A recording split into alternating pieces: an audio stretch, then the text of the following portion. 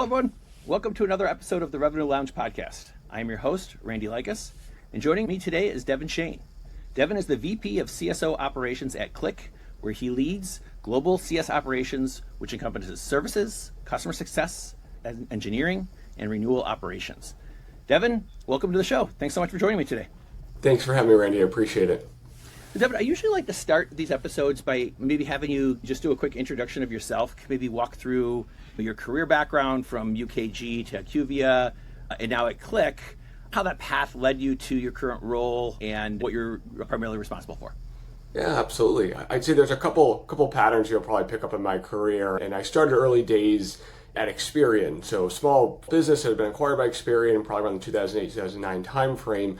Always really focused around two areas. One, operations, but two, call it customer experience or product management, because in different areas, different focuses, it's a little bit different from one organization to the next.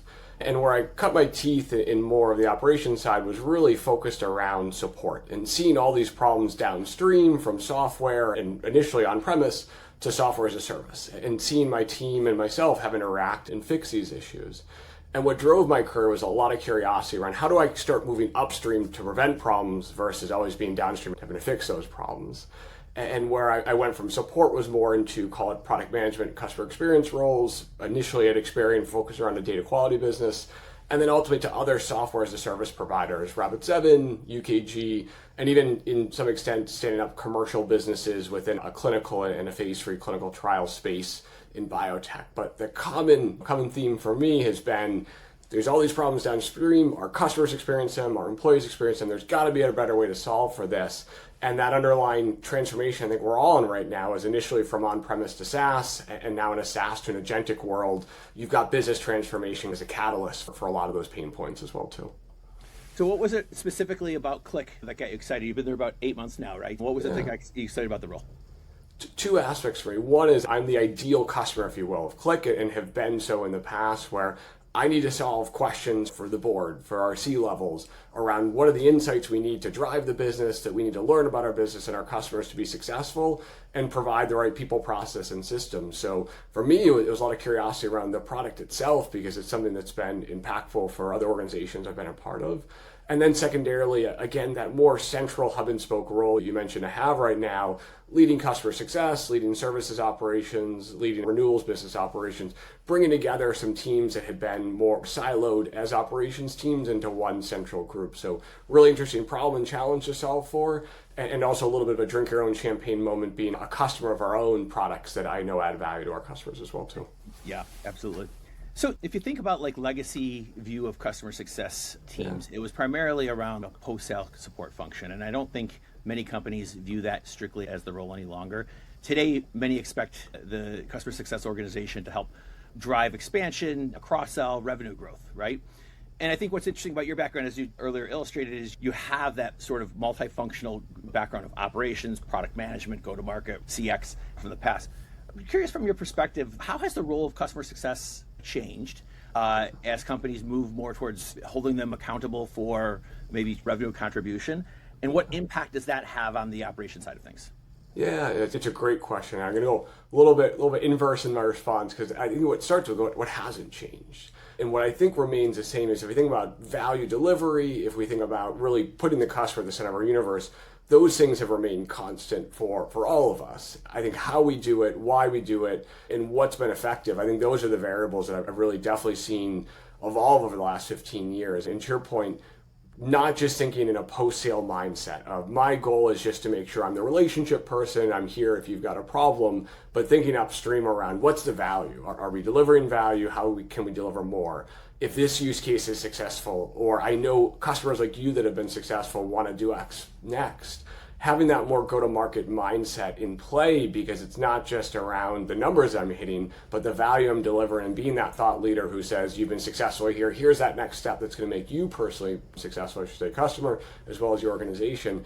That's become really par for the course. And I'd say 10 years ago, that was a nice to have, or that was your top decile performer.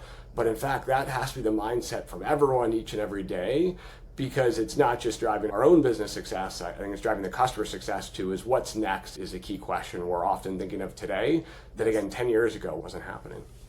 So that's a really interesting point, and I think I agree wholeheartedly with what you said. I think in order for us to identify what's next or where we can push our customers or take our customers, we really have to understand the data in terms of what's going on with those customers, right? And so most of us rely on some sort of health signals or health scores to help us understand what that might be. Many of them end up being vanity metrics, right? That rather than predictive indicators. So I'd be curious from your perspective, sort of what separates a health score that looks good on a dashboard, right? But isn't necessarily predictive of what's next or that new expansion opportunity? Yeah, it's a great question. I will say for my team, that's driving a good portion of our day in terms of being able to answer that question. Again, vanity versus real impactful metrics and things that will move the needle for us. I think to your point around a lagging versus leading side of things, really understanding what are those leading indicators that are going to make us successful. And the simple analogy that our team often talks about when we're talking with our business partners, talking with others to help them understand it is, if you think about the outcome, weight loss, large portions of folks around the globe, that's a common goal for them. And they're always saying, I have this goal, I want to go and achieve it. But if you're hyper-focused on the goal, not what gets you there. Well, it's exercise. Am I exercising every day? It's the way that I'm eating. Am I eating healthy every single day? It's those leading indicators that actually drive the outcome, and knowing what those are and creating the behaviors that are wrapped around it. So it's a behavioral change, not the crash diet of, well, I went and achieved this. I think that's what drives the health score. It's the things we do every single day that make us successful, that drive our behaviors in a leading formation. Those are the areas to focus on. And like you said, if you look at that, I think it's the antithesis of that vanity metric, which is, well, I achieved X. You got to know the inputs and outputs and what you can control. Yep. And I think one of the difficult things are, and to use your analogy, so the goal is weight loss, but what are the signals that are indicating that I'm on the right track, right? What's my caloric intake? How much am I exercising? How often am I exercising? How high am I getting my heart and for how long amount of time? Those signals for health are easy because we've got the trackers that we can wear and everything else. A lot of times data exists in siloed systems across many different platforms. And so I just be curious, I think in the go-to-market world, we look at things like product usage, we look at things like sentiment, we look at things like life cycle stage. But how do you bring all those signals together, especially in a world where all of these data points live in multiple systems?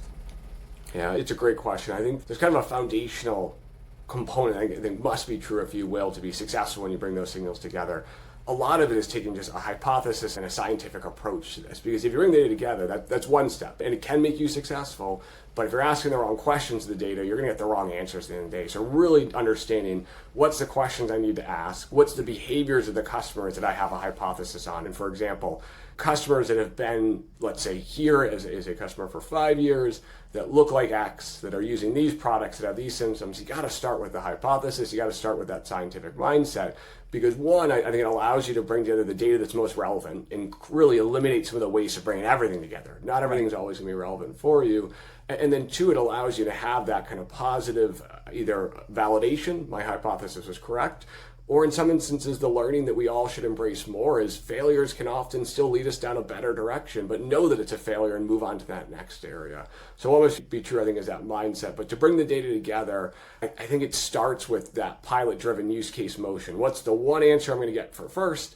Prove that success, and that allows you, I think, to prove to the stakeholders you need to engage to aggregate that data, it's worth the investment. You can prove the ROI, you can see the lift from that first use case, and ultimately it does drive more of that enterprise goal. But start small, test hypothesis, and ultimately it'll compound and build to that larger strategy.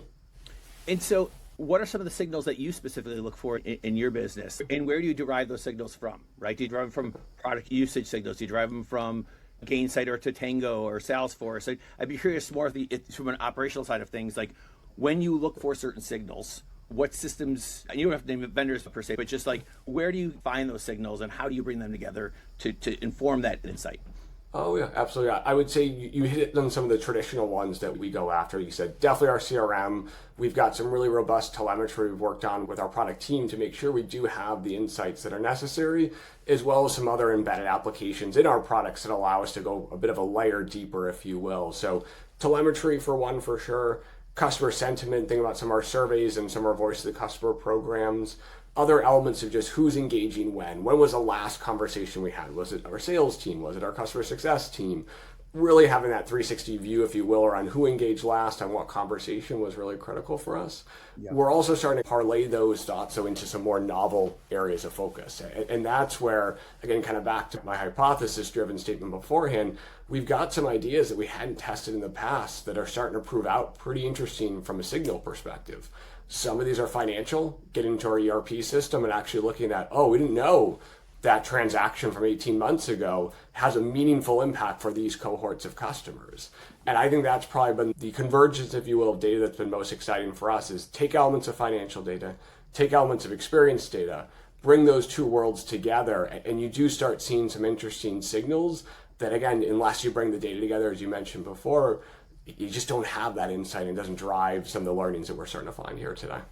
Yeah, and so how big of a challenge is that for you today with the data living in so many different systems to unpack it? Now, Qlik is a data analytics platform, right? So you might be using your own product for some of this, but I'd be curious today or in the past, what has this been specifically that's been difficult for you in order to pull those signals into one sort of cohesive dashboard or BI tool?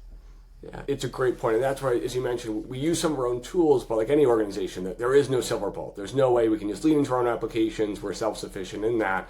And we do have to rely on an ecosystem to make sure that we've got all the right components in play, right problem, right solution, right process, if you will, here. So some of the challenges that we've seen in that is we still have silos like everyone. Qlik's over a 30-year-old organization, comes a lot of legacy process, comes a lot of legacy learnings that we can't disrupt, but it does create some of those same challenges along the way to say, well, we can't disrupt X. It does prevent us from moving sometimes as quickly as we'd like to it. And that's where other tools that allow us to aggregate, learn quickly, and then scale are absolutely critical to our success. And again, it's a portfolio of some of our own products and definitely others, if you will, in the stack. Yeah. So you and I were talking in the green room before we started recording about, I had just come this week from the Big Forrester conference and some of your folks were there as well. And the theme across every one of the sessions and the discussions, everything else was AI, right? And what opportunities does AI bring us? Not so much just from a generative standpoint, but how does it change our workflows? How does it change our connection points? And so I'm curious just to get your perspective. When you think about AI, and I know AI is a very broad topic, but when you think about the opportunities that you have with AI, is it I think what's really interesting is there's a lot of question around, do we build something proprietary in our own or do we buy packaged off the shelf packages? Every one of the vendors and technologies I mentioned earlier have some form of unique AI offering. Yeah. What's your stance on build versus buy, and how are you thinking about the opportunities that AI can bring your team?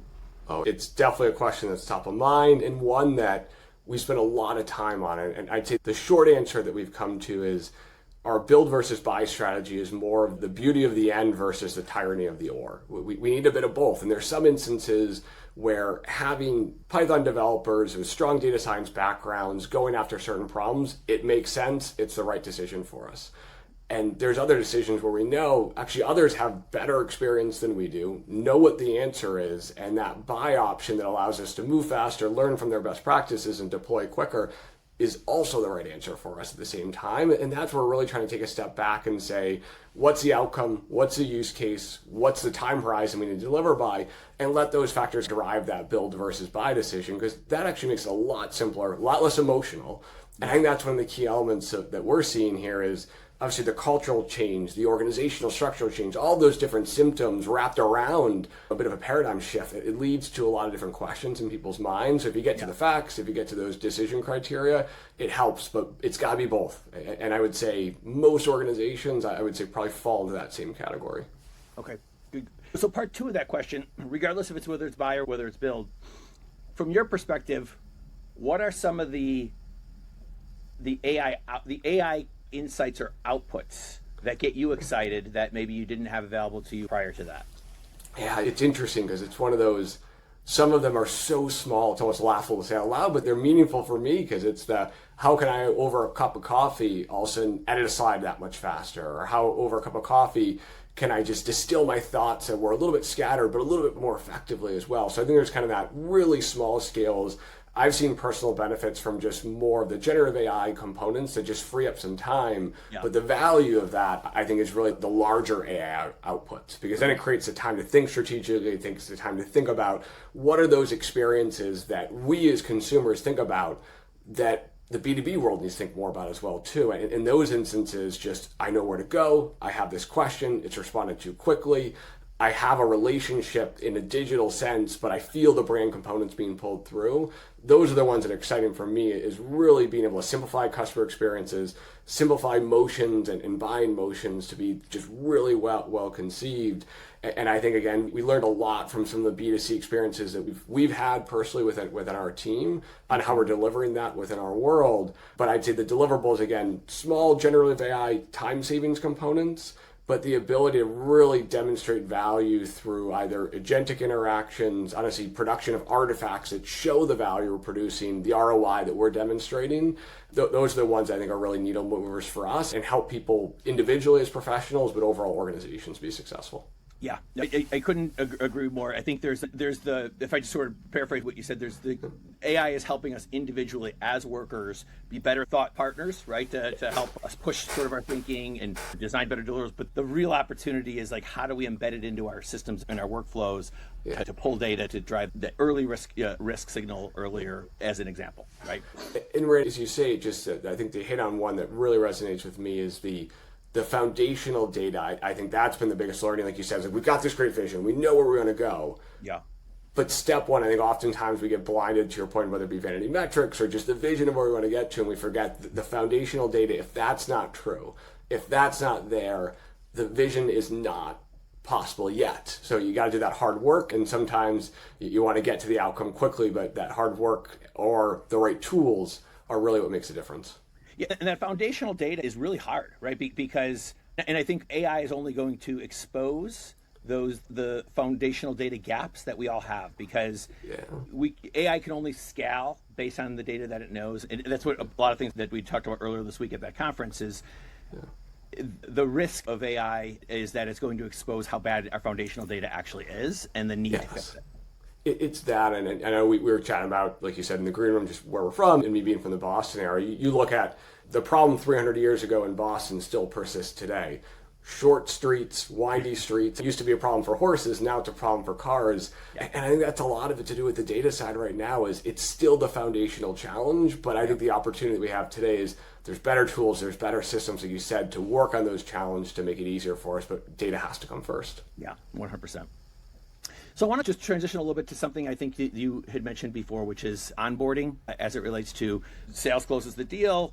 We now pass it over to our teams for onboarding, and it's often treated as a delivery milestone rather than a growth lever. And I think you mentioned that you're seeing cases where faster time to value can directly correlate with better retention and expansion. What have you learned about the relationship between onboarding velocity and long-term customer success? Oh, it's absolutely the number one area, and I'll say it again, the number one area when you think about retention and growth. If you focus on onboarding, that is your key to success in both those instances. And to be more specific, when we learned, and this came from a previous organization for Qlik, where most of our, and I'll call it about 80%, give or take, of our retention problems came from, it was in the first 45 days of the customer journey. And we had this kind of mental model where you've got this 1 degree problem. In the first 45 degrees or days, 1 degree off doesn't seem like that big of an issue. 3 years later, 4 years later, all of our support issues were coming through this, all of the customer pain points. So if we stop that 1 degree problem in the first 45 days, easier for us, better for the customer, proactive from a cost to serve perspective, and kept driving the retention outcomes you're looking for. But you had to focus on it, spot it, and have that discipline to really know what is the motion, what's the experience, what's the goals that someone's looking to have. I think the other opportunity that comes from that kind of 1 degree, 45-day window is you're highly engaged at that moment. You're talking with customers about value. You're talking about use cases. You're talking about successes. If you're able to show and demonstrate, like you said, that time to value early, you've got the open door for the next question. What else can we help you with? What else is top of mind? What are these other patterns that can scale for you? So I think that initial focus, excitement, not just from the psychological standpoint, but from the early successes and wins, they can go to their board with. They can go to their CEO with and say, look at what I've done. That opens up the door for growth immediately, and you've got that very attentive audience. So what are some of the, I guess I would call them the lagging indicators of onboarding, the things that must be true in order to set up that 1 degree of difference? Is it making sure that we've got the right use cases defined, the right stakeholders aligned at the beginning, as opposed to somebody who was very much involved in buying the software or product, right?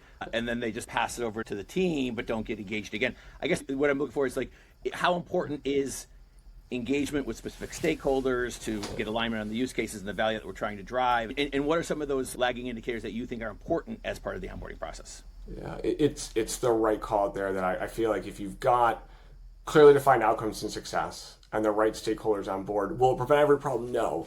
But it's going to give you the North Star, it's going to give you the guidance where you need to go, and it'll give you the framework that you can operate in to say, are we off course, are we not on course right now? Yeah. And if you start out not knowing where you're going or not having the right people involved, that's got to be, as you mentioned before, one of those signals right off the bat to say, we got to start in the yellow state. We have to start with risk in mind right now. And it might be something we need to take a step back on and just say, hey guys, we're not ready for this. You're not ready for this until we have this, and this must be true. And to your point, that starts by bringing people earlier into the selling cycle, earlier into the buying cycle, to build the relationship, to have those conversations. So it's just a conversation. It's not to throw the ball over the fence like I'd say software was 20 years ago. It's got to be the continued relationship, the continued focus. So I think that's kind of the model I'd say that must be set up for success. Yep. When you look at those lagging indicators of, were we successful? Have we delivered on our first time to value, our first promise? Have we been able to show that demonstrative, I can go to my board and show them success, not just talk about the success? I think there's three lagging indicators that we start to see, and this has been true across many stops in my career here. You see the lack of engagement stop. There is a clear pattern, whether it be weekly, monthly, daily, whatever that cadence of communication is, something's off about it. You either have a new stakeholder that's brought in, or the person you're engaging just isn't as inclined. And I think that's just the nature of people being busy at times. But if you're getting the success, you're probably more likely to want to keep talking about it or try and find that new area. So that's a key human behavior that we see. More of the, I'd say, technical and health elements you talked about before. Absolutely, telemetry is the easiest way to just take a step back and say, daily active users, weekly active users, patterns that we would see from customers that have similar use cases. Are we on course? Are we off course? Yep. The analogy we always talk about at Qlik is, I'm going to go on a road trip. I'm going to go from Boston. I'm going to go to Chicago. I know I should be somewhere in upstate New York around hour 12. Did I get there at hour 12? Or am I there hour 16? And now I know, okay, I'm off by 4 hours. Can I get to my goal? And telemetry is that same GPS or navigation system for us around customers that look like you that are successful. We're seeing you go through these different types of adoption patterns. And then third, I'd say that one comes down more towards, as you rightfully call out, what's that expansion conversation? Are we even able to have that? And that's a really important one for me, because if we haven't proven value, I don't think it can happen early enough. Asking the question, what else can we do to make you successful? Worst cases, we find time to value wasn't achieved. We know we got to zero back in on it. Best cases, we've been successful. Now we're ready to talk about that next use case as well. Yeah, and I think that goes back to what you called out very, very early, even post-sale, during onboarding. What's the questions that we have to ask? What's our hypothesis going in? And making sure we kind of strategically have that in mind, as opposed to, let's just get you up and running. Let's think about the business and the business impact. So I love how you framed that earlier. The other thing I loved is, and I think it's so important, is we need to start with risk in the beginning, right? And manage to that. And I think that's something that's often overlooked is, they bought it, right? We're in a great spot right now. Well, not necessarily, right? And so if we can come to it with a frame of what is our risk and how do we de-risk ourselves to make us successful, it's a very important mindset. Yeah, and the one thing I'll layer onto that, Randy, because I agree, I've seen organizations, it's easier said than done. And I will say Qlik is one who's been great about this, and this is an organization that I think embraces, like you said, accuracy and information is something that's really impactful. But I've bet at prior organizations, or at least in prior teams, where green is good's the mindset. I want to see green. If you're not green, that's something we want to shy away from. And the reality is, you got to get that culture that bringing forward red, bringing forward yellow, when accurate, when we have the right information, we need to embrace it, and we need to acknowledge that, something that helps us be successful, not shy away from that as something that's been poorly done. It's just the current state and the one that we need to operate within. Yeah, 100%. So I'd love to just wrap up the questions before we kind of go into what we call our lightning round, which is a little bit more personable and fun. But I'd love to just get your perspective on alignment across functions of the revenue organization, right? Even in this day, I think it's very surprising to see that actually marketing has a certain set of metrics and sales has theirs and CS has theirs. So how do you think about how do you align the organization across functions around a common set of metrics, and what skills or mindset kind of define that that next generation of aligned metrics? And I guess I'm leading the witness. I'm assuming that you believe that is important as well, but we'd love to get your perspective on that.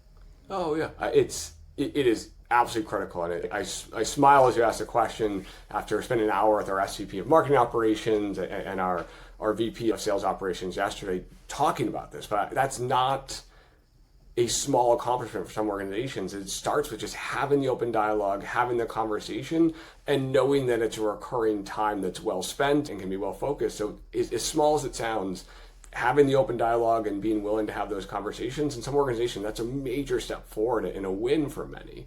Yeah. What I think is necessary to get the most value of those conversations, like you said, though, align metrics, looking at things like net retention, finding common outcomes that we can go and fight for together. The use case we talked about recently is you think about Adidas in the 90s. They rallied around two words: beat Nike. Yep. What are those two words for us? What are those two things that we can also quantify and rally our teams around? And that simplification really helps. And no doubt, there's a KPI tree that lives below some of the simplicity of something like net retention. But if you've got that alignment, you've got that beat Nike spirit, if you will, and you're having communication, a lot of this can be solved for, including, are we using the same data sources to measure? What questions are the team asking, and are we having the right alignment across them as well? But as leaders, if you've got that shared set of metrics, if you've got the shared accountability and the shared goals, I think that's starting point one, and the rest cascades from there.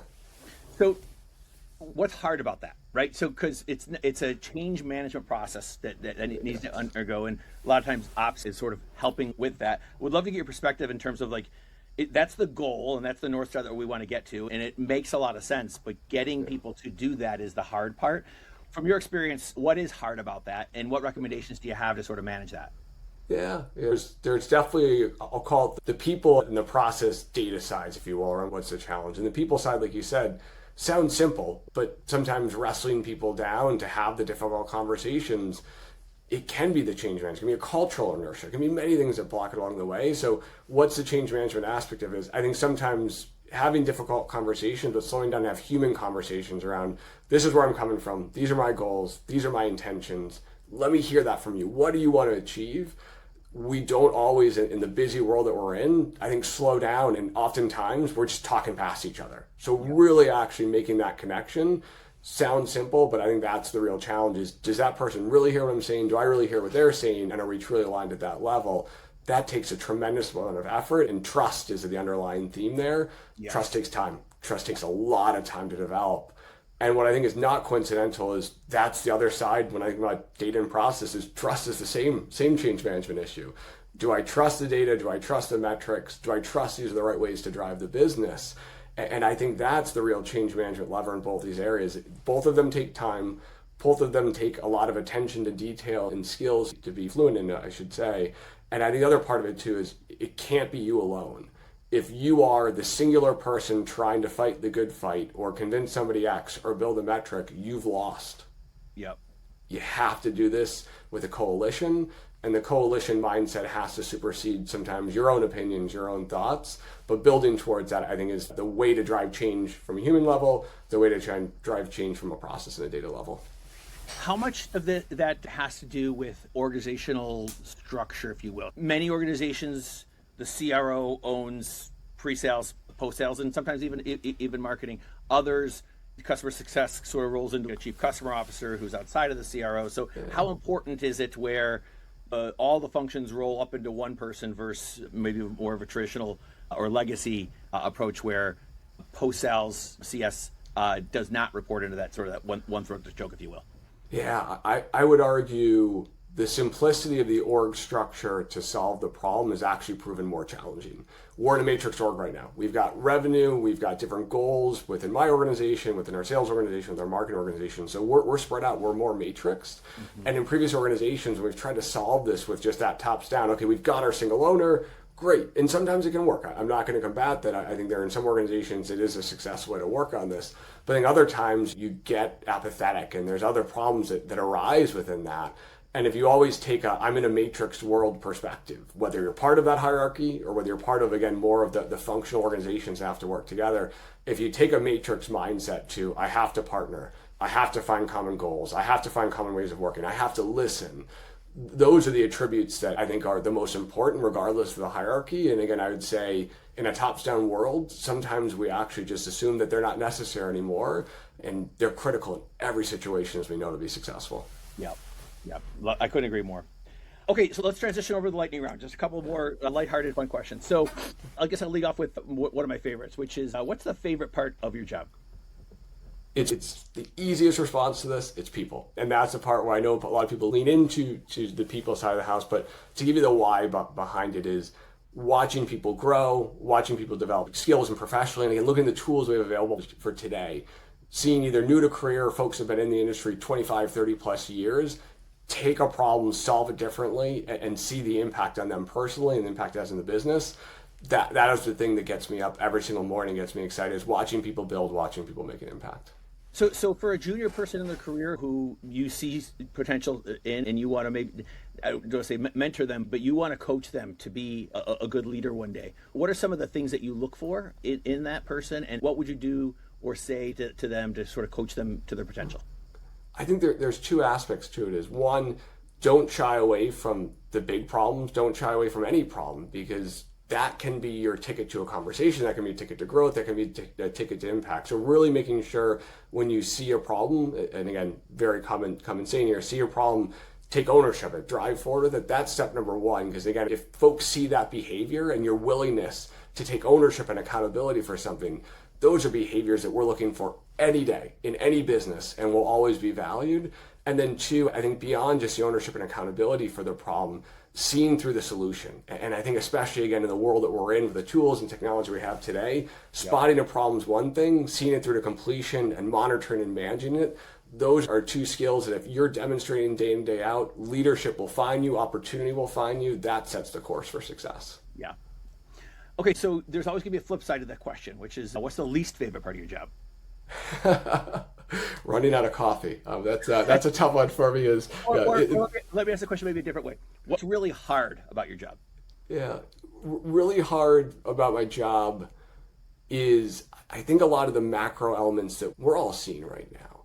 What's the industry going to look like 2 to 3 years from now? What's the industry going to look like 5 years from now? I'd also say, again, there's a lot of fun to that. Let's play the game. Let's have the hypothesis. It goes back to that learning mindset. But I'd say that's the area that if you brought Devin back to his career 10 years ago and said, Devin, what is the industry going to look like 2 or 3 years ago? I would have a higher confidence threshold then than I do now. And as someone who's got 10 more years experience, I didn't think that was going to be the situation I was going to be in today, is more variability, more change taking place. So It's the hardest thing, but I also think it's one of those things that wakes you up and makes you want to go and solve that problem. Yeah. No, we're cut from the same cloth there. Okay, if you think back over the course of your career, and you think about maybe a piece of advice or maybe a learning, could be a failed project or something that's stuck with you in your career even to this day, is there anything that kind of comes to mind? There's two things. I was lucky enough early days to have, throughout my career, I've had amazing mentors, amazing mentors, but there was one that stood out for me from Experian. And new to my career, kind of trying to take that mindset I described beforehand. There's a problem, I'm going to solve it. I'm going to go take on all these different challenges along the way. But what I didn't recognize all the time was just how was I showing up in meetings, or my desire to be successful for myself versus my team and the organization. And those two things were slightly at odds with one another. And luckily this person sat me down and just said, hey, I want you to look around the room and recognize who you see. And there were some folks very tenured, some folks more junior. And he just asked me the question, like, how do you think you're showing up with them? How do you think they would say your level of maturity is, your level of, and it just made me just so much more self-aware around, it just wasn't something I was considering. I thought I do a good job, I work really hard, I'm going to get promoted. Never at the time, a year into my professional life, I should say, that even made me think about, that has to be part of this, is if you are successful but you leave a trail of bodies behind you, you're not successful.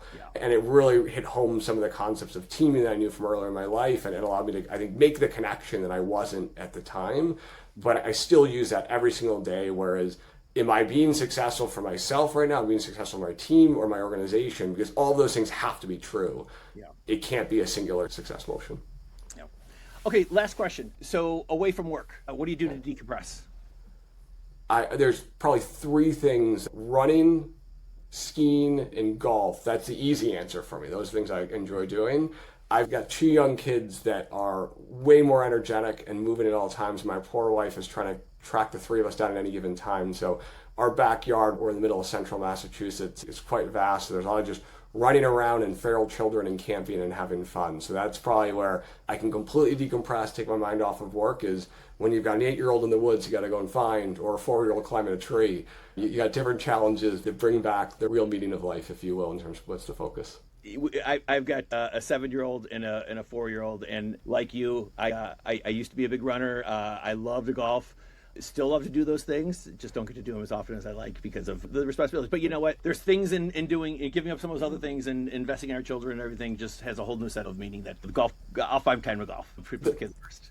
The benefit too that I'm recognizing, Randy, that might be the hidden one in all of this too, is you got an excuse for why you got slower, why your golf game got worse. So it helps in that sense for setting real expectations too. Absolutely. Well, listen, Devin, I really appreciate your time today. Very insightful, great insights. I appreciate you taking the time to talk with me and share with our audience. Excellent. Really appreciate the opportunity and great getting a chance. All right. Well, that's another episode of the Revenue Lounge. Thanks for everyone for listening. Take care. Thank you.